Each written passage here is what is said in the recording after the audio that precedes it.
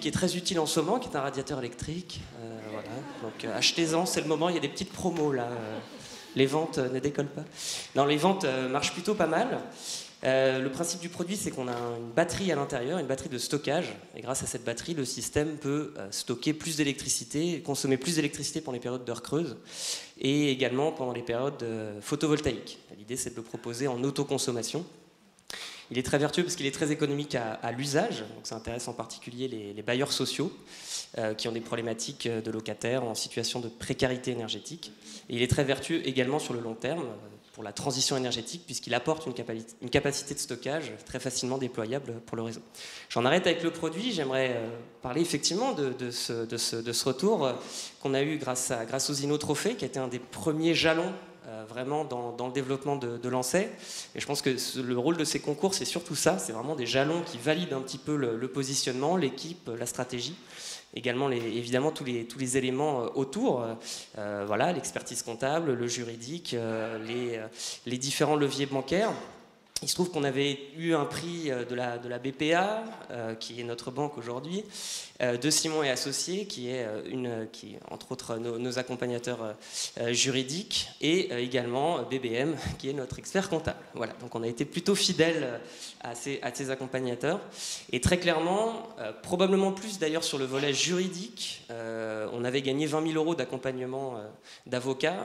Très clairement, au stade où on en était, on ne se serait jamais payé, déjà Simon et Associés, on ne se serait jamais payé 20 000 € d'avocats. Or, une partie de notre business model n'est possible qu'avec une ligne de crête en fait assez sensible, assez mince, définie par différentes ordonnances de la CNIL, puisqu'on collecte des données au niveau du radiateur. Ces données nous permettent de développer différents services qui constituent pour nous des sources de revenus récurrents. Or, la ligne de crête n'est pas si simple que ça à trouver, parce que ce sont des données personnelles qui sont collectées en temps réel, qui doivent être stockées proprement. Donc on ne peut pas faire n'importe quoi avec ça, et beaucoup de startups en réalité disent n'importe quoi. C'est terrible, mais c'est vrai. Beaucoup de startups ont un business model qui n'est juste pas légal. Et on commence à avoir des problématiques de start-up dont l'activité s'arrête, tout simplement parce qu'elle n'est pas en règle, elle n'est pas possible, notamment par la CNIL. Et le fait d'avoir pu travailler avec Simon et Associés, Élise Guilodis en particulier, que j'aimerais remercier parce qu'elle a fait vraiment un très très gros travail avec nous, et le reste du cabinet à Paris, nous ont permis de valider cette branche essentielle de notre business model. C'est un exemple parmi d'autres, mais c'est vraiment, c'est pas que anecdotique, on a besoin d'être bien accompagné sur l'expertise comptable, on a du crédit impôt recherche, on a des jeunes docteurs, on a des choses comme ça. On a besoin d'être accompagné sur le plan juridique et il ne faut pas lésiner sur ce type de poste, même si ce sont des gros investissements. C'est là que ce type de concours, bien entendu, est génial parce qu'on peut se permettre d'avoir des gens très qualifiés pour pas trop cher, voire pour gratuit.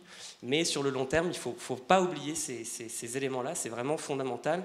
Et je le dis en toute sincérité parce que c'est vraiment ce qui a été le cas pour nous. Et au demeurant, ce sont des échanges vraiment humains de grande qualité. Ça va bien au-delà de simplement l'aspect comptable ou juridique. C'est vraiment des relations de confiance. Et je trouve que la force de cet écosystème grenoblois, c'est qu'il y a vraiment une très très grande bienveillance entre les acteurs de l'écosystème. La CCI étant une des institutions qui organise cette bienveillance, bien sûr, mais il n'y a pas que la CCI.